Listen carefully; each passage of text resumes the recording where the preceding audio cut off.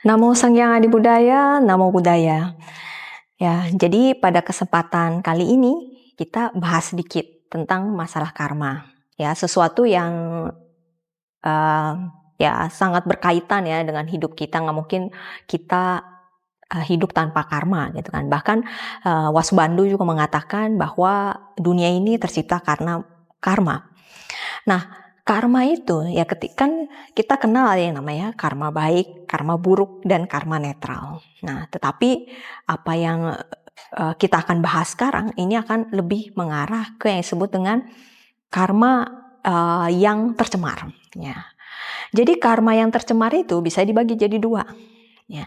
Karma yang buruk itu udah pasti tercemar.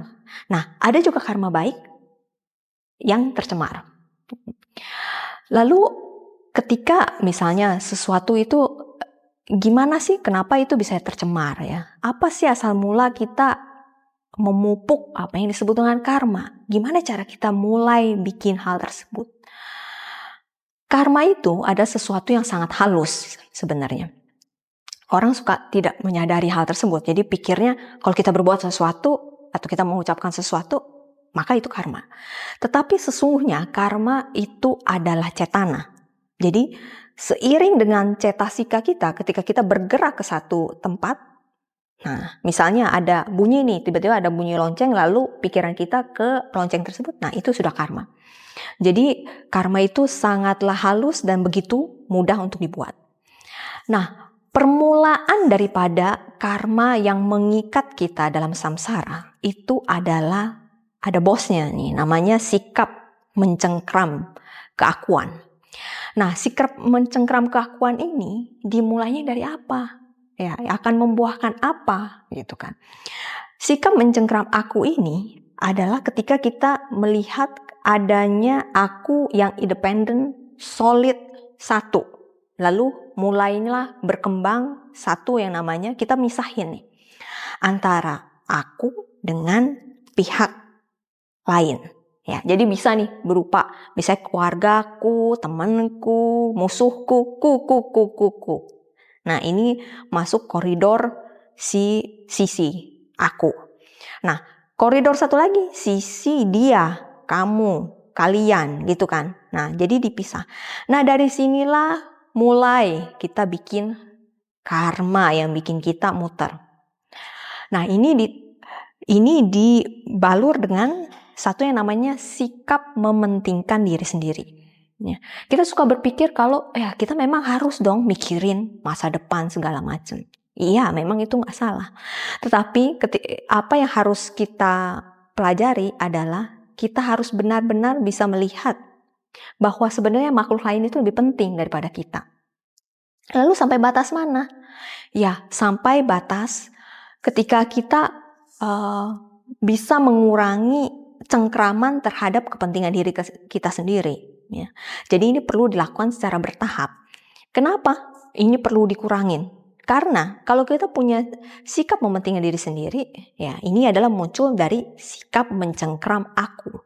Kalau mencengkram aku, dari itu kita bikin karma. Nah, karma itulah yang akan bikin kita muter dalam samsara. Jadi kita nggak akan pernah akan lepas selama adanya cengkraman tersebut.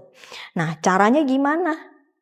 Kurangilah mulai dari hal yang kecil yaitu sikap mementingkan diri sendiri. Nah, dari sikap mementingkan diri sendiri ini kita memandang makhluk lain lebih penting. Kenapa makhluk lain lebih penting? Karena makhluk lain sederhana lah. Dia jumlahnya lebih banyak daripada kita. Makanya makhluk lain itu lebih penting daripada kita. Tetapi tentu jangan terjebak apa yang disebut dengan ketika kita mementingkan diri makhluk lain terus-menerus gitu kan. Terus kita jadi masuk dalam lubang yang sekarang lagi ngetren nih. Misalnya people pleasure lah, terus burnout lah, segala macam. Nah, hal ini tidak akan terjadi ketika hal tersebut dilakukan dengan pemahaman yang baik. Pahamilah dengan baik cara kerja ketika kita mencengkram aku tersebut. Baru kita bisa mengendalikan apa yang disebut dengan karma. Kalau kita nggak bisa mulai daripada sikap mencengkram keakuan itu hampir tidak mungkin. Ya, kenapa demikian? Ya, kita bisa tahu, misalnya dilihat dari 12 mata rantai atau pacika samupada, rantai mana yang harus kita putus kalau kita mau mutusin rantai itu? Kan kita harus putus dari rantai awidya. Nggak mungkin kan kita putus dari rantai yang lain, misalnya tanha. Itu kan hampir tidak mungkin. Makanya kita harus serang dari rantai yang pertama. Lalu gimana? Saya kurang paham gitu kan. Saya masih belum bisa, segala macam. Nah, inilah saatnya kita sebagai manusia yang ingin menjadi manusia seutuhnya mulai belajar.